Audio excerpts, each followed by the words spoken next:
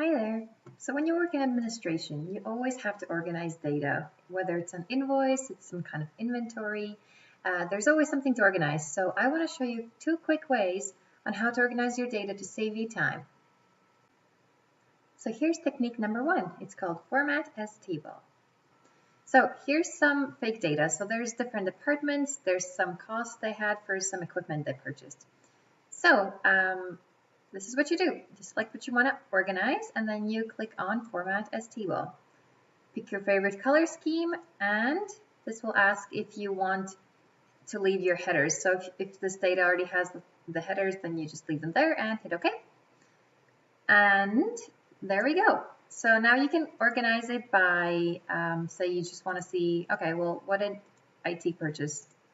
There we go. That's what you can do now. So you can just click around, see what you want to filter by. You can filter by asset type. Let's just see how many laptops we got. And here we go. We have all of those. So here we go. That is number one, the easiest way to organize some of your data.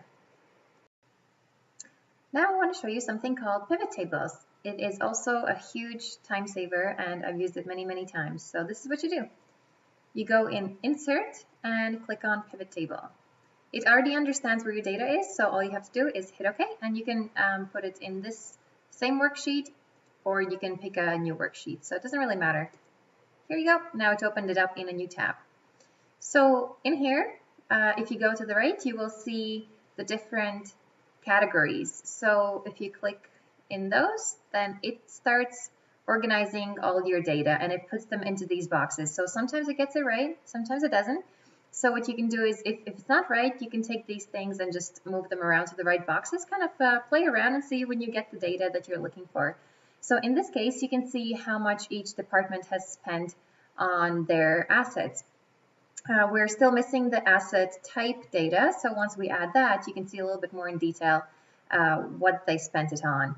So once again, if this doesn't look right, play around with this. For example, if we had clicked the asset type first, it would have said this, and that doesn't necessarily look like what I was looking for. So just click around, drag and drop, see what works for you, and hopefully this will be a huge time saver like it was for me, so you can organize your data faster and do more fun things as well.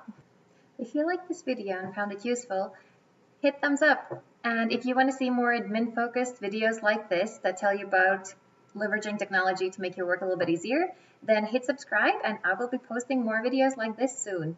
Thanks for watching. Bye.